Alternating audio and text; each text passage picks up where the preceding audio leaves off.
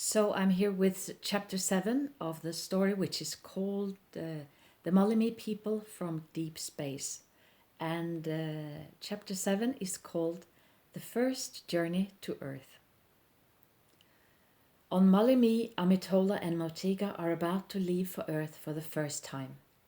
They have just said farewell to Ahanu and Aquene, and they each carry their quiver and 3 glowing heart arrows. They are very excited as they walk through the forest and further down the path, past the lake and towards the large cliff wall. They smile cautiously at each other before they each position themselves on each side of the cliff and find the 2 grooves shaped like their medallions. They look at each other and nod before they place them in the grooves at the same time. Glowing beams of light begin to stream from the cliff wall, and inside the cave the sight of the rare stones is just as overwhelming and indescribably beautiful as it was the last time they were here. The tour through the cave is like a magical dream, and when they are out on the plateau again, they remain standing in silence, overwhelmed by the sight of the universe and its endless sea of stars. After some time, they look at each other and nod.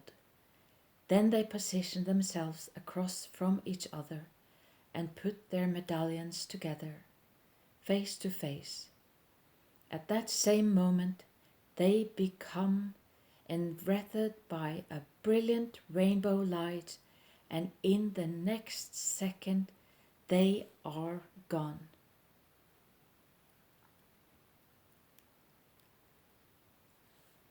In a park on Earth, some bushes light up with the same radiant rainbow light, and when the light disappears, after a few seconds, Amitola and Motega appear. They look around curiously, and then they see Emma and Martin, who are walking home from school together. "Look, it's the girl from the fountain," whispers Amitola. She and Motega stand completely still and watch the 2 who are pushing their bikes along the path.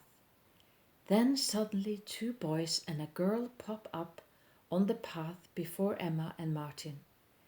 Emma and Martin try to ignore them and continue on their way, but the biggest of the boys, Christian, grabs Martin's bike and throws it down into the grass. Then he gets hold of Martin's school bag and rips it off his shoulders. "Stop!" Emma yells at Christian, who is now tossing Martin's books out onto the ground, but the other 2, Rasmus and Frida, put themselves between her and Martin. "What's this? What do we have here?" says Rasmus. "A sweet little girlfriend or what?" mocks Frida. They both laugh. "Leave him alone!" yells Emma. She tries to get to Martin and stop Christian, but Rasmus and Frida grab hold of her and push her down. "Stop! Leave her alone! She hasn't done anything!" Martin yells at Rasmus and Frida, but now Christian takes him by the jacket collar and lifts him up off the ground. Back behind the bushes, Amitola and Motega are gravely watching what is happening.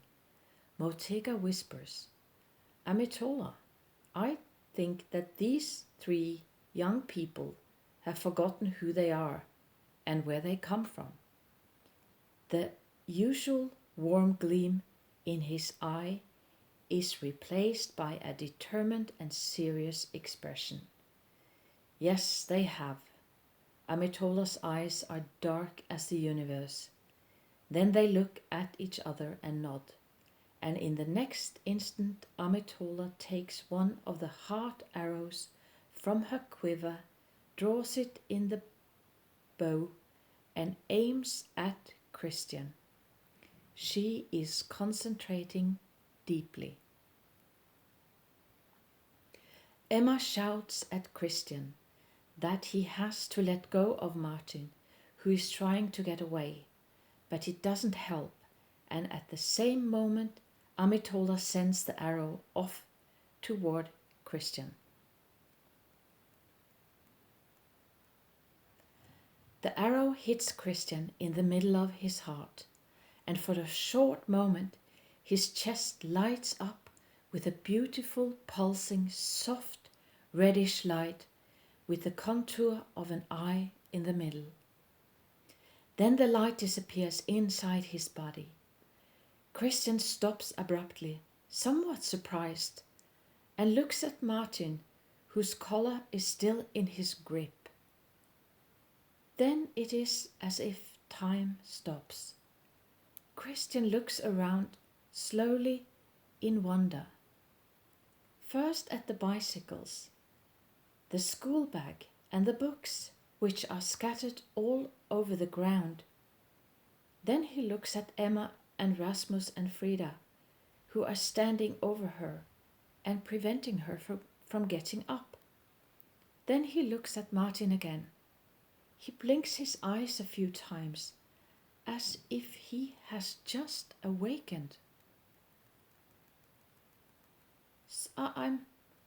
I'm sorry, I didn't mean to. Christian says this and shakes his head confused. He carefully sets Martin down on the ground again. I'm very sorry, I didn't mean to hurt you, he apologizes. He looks unhappily at Martin, who doesn't know what to think. Martin looks back at Christian with suspicion. I really mean it, insists Christian, looking terribly tormented as he speaks. Say, what's going on over there? Demands Rasmus. He and Frida go over to Christian. I don't really know, answers Christian. He looks very tired and has a look of surrender on his face. Then he holds both hands flat on his chest and breathes deeply a few times. It's just that it's like I can feel my heart, he says, and his eyes fill with tears. But then he seems to wake up even more. He lifts his gaze towards the sky, and even more life comes into his eyes. It's as if I can see the world around me for the first time. A large smile spreads across his face, and he looks at Martin and smiles. What's your name? He asks Martin. The others stand gaping as they take in what is happening. From the bushes, Amitola and Motega are watching with great interest. Martin answers, my name is Martin. He doesn't understand what has happened, but he can feel that something has changed in Christian. Wait a minute, what are you up to? Asks Frida. Rasmus and Frida look puzzled and confused. It's wrong to go around pestering others. Christian looks kindly at his two friends. Stop it, will you? Rasmus insists and laughs a little and thinks that his friend is playing a prank on them. Yeah, he's just a loser, says Frida. She sniffs mockingly and points at Martin. No, he's not. He's a nice guy, says Christian quite seriously, and Rasmus and Frida look thunderstruck. Are you serious? Asks Rasmus in shock. His face lights up with astonishment and scorn, and he and Frida look at each other in disbelief. Emma, still sitting on the ground, is watching what is happening and is just as astonished as the others. Rasmus is becoming more and more angry and confused over Christian's unexpected transformation and suddenly pushes Martin provokingly. Stop it! Christian's voice is loud but not angry. He takes a friendly but firm grip on Rasmus's jacket. When you hurt someone else, you're really just hurting yourself. Christian speaks with a calm and determined voice. Let go, you idiot, squeals Rasmus. What's happened to you, man? Christian looks down to meet Rasmus's wild gaze. I'm just saying it's wrong to bully others. Christian lets go of his angry, shocked friend. Are you an idiot or what? Scoffs Rasmus. He slaps his own forehead to show what he thinks about Christian. Then in anger, he sulks out of the park with Frida at his side. Amitola and Motega are standing behind the bushes, each smiling from ear to ear. Martin and Emma do not understand what they have just witnessed. They stand there open-mouthed, staring at Christian, who is watching his two former friends walk away. After he gathers Martin's books up from the ground, puts them back in the school bag and walks over to Martin. There you go, says Christian kindly as he hands over the bag. But thanks, answers Martin. He really doesn't know what else to say as he looks at his former tormentor. Christian looks sincerely sad about it as he tries to explain. No, it's me who should say sorry. I don't know why I've acted so badly. But what's different now? Asks Martin with genuine curiosity. I don't know. It's just that it's as if I can feel my heart, says Christian softly. Your heart? Asks Emma cautiously. Yes, and it feels so good and so right, answers Christian, his eyes shiny with tears. He gently shakes his head and smiles happily. Then he says to Martin, just let me know if those two give you any more trouble, and I'll take care of it.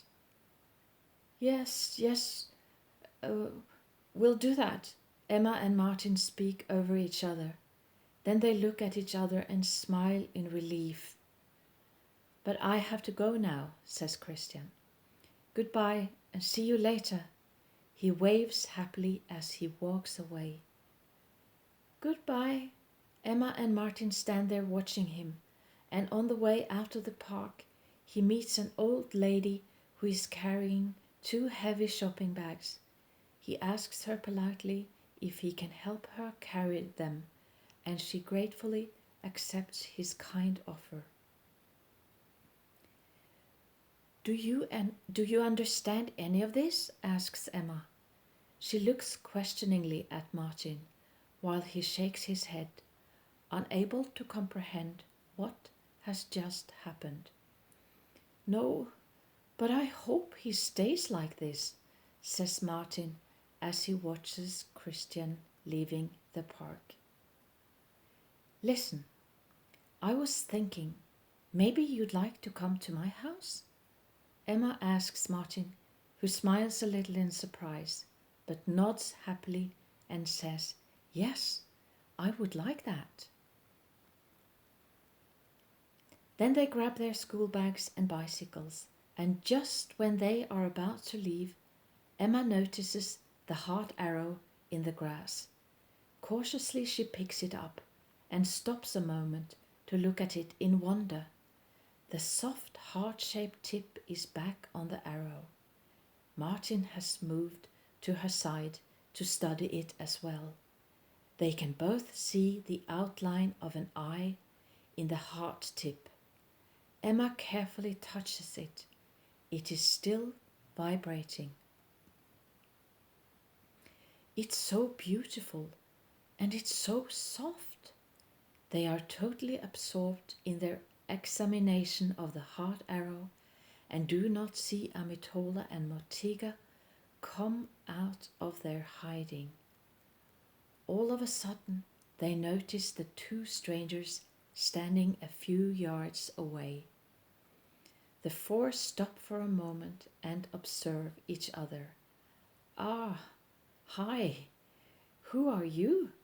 Asks Martin, feeling somewhat suspicious. We are Motega and Amitola, answers the girl. Amitola looks at them with her deep dark gaze and nods politely in greeting. Amitola and Motega? Asks Emma, a bit confused. Are those your real names? Yes, they are our real names, says Motega and then smiles. She is Amitola and I am Motega. He also nods politely in greeting. Ah, okay. We're Emma and Martin, begins Martin. That is, she's Emma and I'm Martin. We're in the same class. What is a class? Asks Amitola. Her question seems honest enough, but Emma and Martin just marvel at each other. Emma answers, well, the same class in school. But where are you from? Motega says, we come from the planet Mollimi. He looks proud when he answers. What did you say? Emma thinks she misheard and asks again. Amitola repeats where they come from. We come from Mollimi, a planet out in space. Now Emma and Martin begin to laugh, and they take turns replying, oh, yes, of course, right. You come from outer space. And that's why you're dressed in weird clothes and have crazy names, right? Martin and Emma are laughing heartily now. Amitola and Motega smile from ear to ear and laugh with them. Emma is the first one to say something. That was a good joke, but tell me, have you been playing a role-playing game? Amitola asks, what is a role-playing game? Her question seems entirely sincere. Stop it now, says Martin, smiling in surrender. Suddenly Emma catches sight of the quivers filled with the arrows. She had completely forgotten that she held a heart arrow in her hands until now. She says, I think maybe this is yours. Emma looks at the two strangers and holds out the arrow. Yes, it is ours. It was Amitola who shot it, answers Motega. Shot it? Martin asks and gapes at them both. Tell me, do you actually come from the circus? Motega says. No, we don't know what a circus is. We come from the planet Mollimi. Motega looks a bit determined. Amitola shot the arrow at the boy who had forgotten who he is and where he comes from. Emma and Martin exchange baffled glances. At Christian? She shot the arrow at Christian? Asks Emma. Motega nods. Was that why he became so different? Emma looks inquisitively at the arrow as she speaks. Yes, the arrow comes from our people, answers Amitola. It's supposed to help people remember who they are and where they come from. Amitola looks entirely innocent when she says this, but now Martin is becoming really impatient. Emma, on the other hand, stares in wonder at the two strangers. She lays her bicycle on the ground and walks over to Amitola with the arrow. Here, she offers the arrow. Thank you. Amitola nods gratefully and accepts the arrow. She places it in her quiver. Emma walks slowly backwards to her bicycle. She does not know any longer what to believe. I was wondering, what exactly is that? Motega points at the bicycles, but now Martin is a bit tired of their joke. Well, you see, says Martin, this is a tractor. Would you like to ride it? You can try mine, then He looks at the strange girl. Amitola. She helps him with the name. Yes, exactly. Then you can probably borrow Emma's tractor. Thank you very much, answers Amitola. Both she and Motega are eager to try. How does one do it? Motega's question seems sincere, but Martin continues to believe that the whole thing is a big joke. He smiles a little and shrugs his shoulders. Martin says, "Sorry, I have forgotten." He winks at Emma, who is silent. She has a quizzical expression on her face. Then an unusual show begins. Amitola and Motega start by examining the bicycles. They carefully pinch the tires. They inspect the handlebars. They turn the pedals around, and then they frighten themselves with the sound of the bells. Then they each sit on the rear bicycle rack and begin working their legs and feet to try to push the bicycle forwards, all while Emma and Martin stand with their mouths hanging open, watching from the sidelines. "Look there!" exclaims Amitola, as she catches sight of someone cycling through the park. The Mollimis carefully observe how it is done, and afterwards they attempt to do the same. They each sit on a seat, hold tight to the handlebars, and turn the pedals around with their legs. It does not take long for them to find the balance, and they happily bike around the park, quite satisfied with themselves. They move still further away from Emma and Martin, who gradually come to have looks of astonishment on their faces. It doesn't get any better when Amitola and Motega suddenly come cycling back and tell them that they can hear a loud racket coming from somewhere outside the park. "What do you think it can be?" asks Motega. It's clear that the two young Mollimis are on their guard. Emma just stands there silently and stares at them. "You sure are really good actors," she mumbles mostly to herself, but Martin is in on the joke. Martin tells them, "Oh, okay, well, if you insist. You should not worry about those loud noises. It's just some wild predators who have forgotten who they are and where they come from. They are called cars and buses. You can just shoot one of your arrows at them, and then everything will be fine." Amitola and Motega listen carefully and nod understandingly before they continue cycling.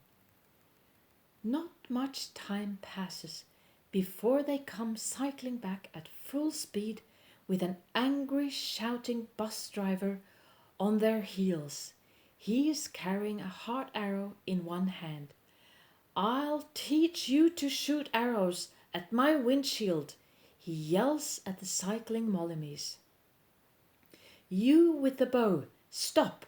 It's obvious that he's very upset, and Amitola and Motega nearly leap off the bicycles when they return to Emma and Martin again. "What happened?" asks Emma. She looks terrified of the angry driver, who is coming closer. She can see that his face is completely red. He is so flushed with anger. Amitola rushes to explain. "It was a huge predator, but it was hard as stone. It growled and rushed towards us at intense speed. Motega shot it with an arrow, but the arrow did not pierce the heart of the beast. Then it stopped, and out came that human." Amitola points at the driver, who is now only 20 yards from where they stand. "What? Are you dumb?" scolds Martin. "That was a bus," says Emma, at a complete loss. But now Amitola takes an arrow from the bundle on her back and draws it back in her bow, and before any of them can react, she releases the bow towards the bus driver. Emma and Martin are completely thunderstruck by what is happening. "What are you doing? Are you crazy?" says Martin. He turns back towards Amitola, but in the same moment Emma touches him on the arm and points at the driver. "Martin, look," says Emma. The arrow has hit the driver right in the heart, and for one brief moment his chest lights up from within with a beautiful soft reddish glow. At the center of the glowing light they can see the shape of an eye. Then the red light disappears inside his body, and the driver stops for a moment, simply looking in wonder at the four youths. Then time seems to stop. He blinks a few times and shakes his head in confusion.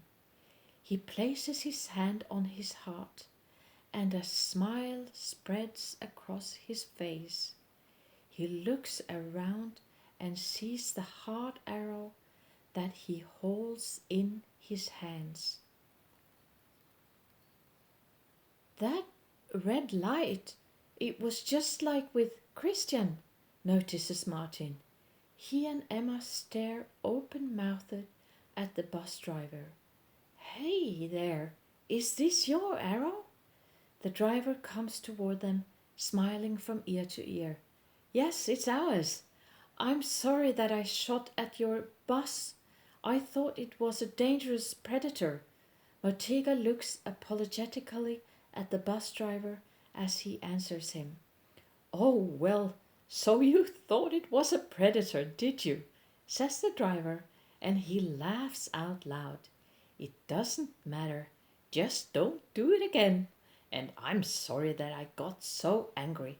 Let's just forget the whole thing and be good friends." The driver nods kindly at them. "Yes, please," answers Amitola.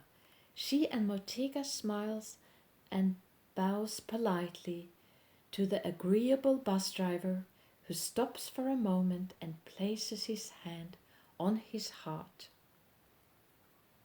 The bus driver says, "I don't understand it, but I feel so happy. I haven't felt this way in years." The driver's eyes fill with tears. "Suddenly I feel so happy to be a bus driver. Yeah, I drive people to where they have to go." He dries his eyes with the palm of his hand and looks around in wonder. "This must be a joke," Martin whispers, and Emma nods almost imperceptibly. "Well, there you go, my friends." Now the driver gives the arrow back to Amitola and Motega. Then he takes them by the hands, one at a time, and asks them their names. He also tells them that his name is Alan, and that he has driven a bus for more than 20 years. "Well, I guess I'd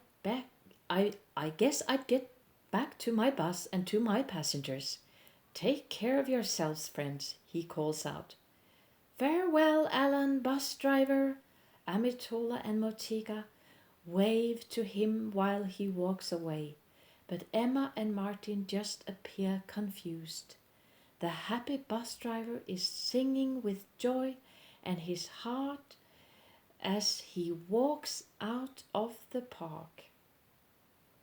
"The wheels on the bus go round and round, round and round, round and round." The driver on the bus says, "Move on back, move on back, move on back." The people on the bus say. He has an exceptionally good voice, and people watch him and enjoy his singing immensely. Emma and Martin stand back and stare at Amitola and Motega. They are speechless. Motega looks at Martin with a warm gleam in his eye and says, "Thank you for lending me your tractor." "Oh, it was nothing," answers Martin as he smiles crookedly.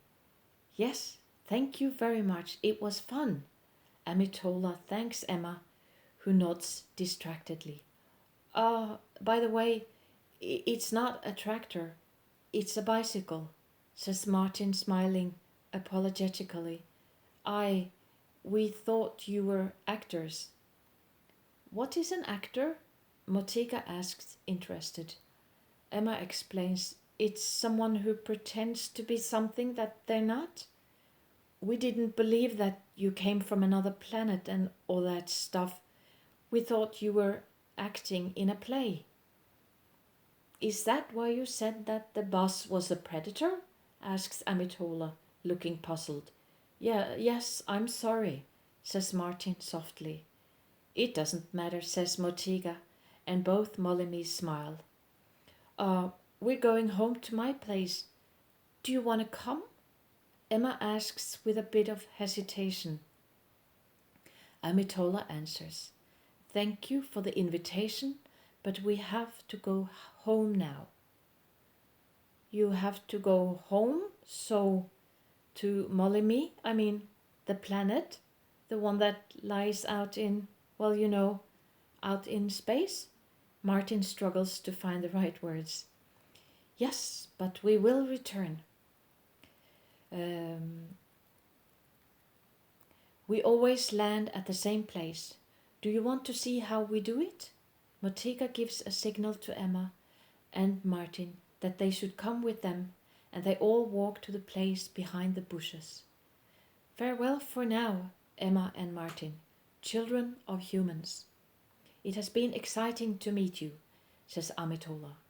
She and Motega look at their two new friends. But when will we see you again? Emma almost looks a bit sad when she asks this. Maybe as soon as tomorrow. Take care for now. Motega has a gleam in his eye when he answers, and Amitola smiles. Then they bring their medallions forward and place them against each other. In the same instant, they are surrounded by a sparkling rainbow light, and in the next instant, they are gone.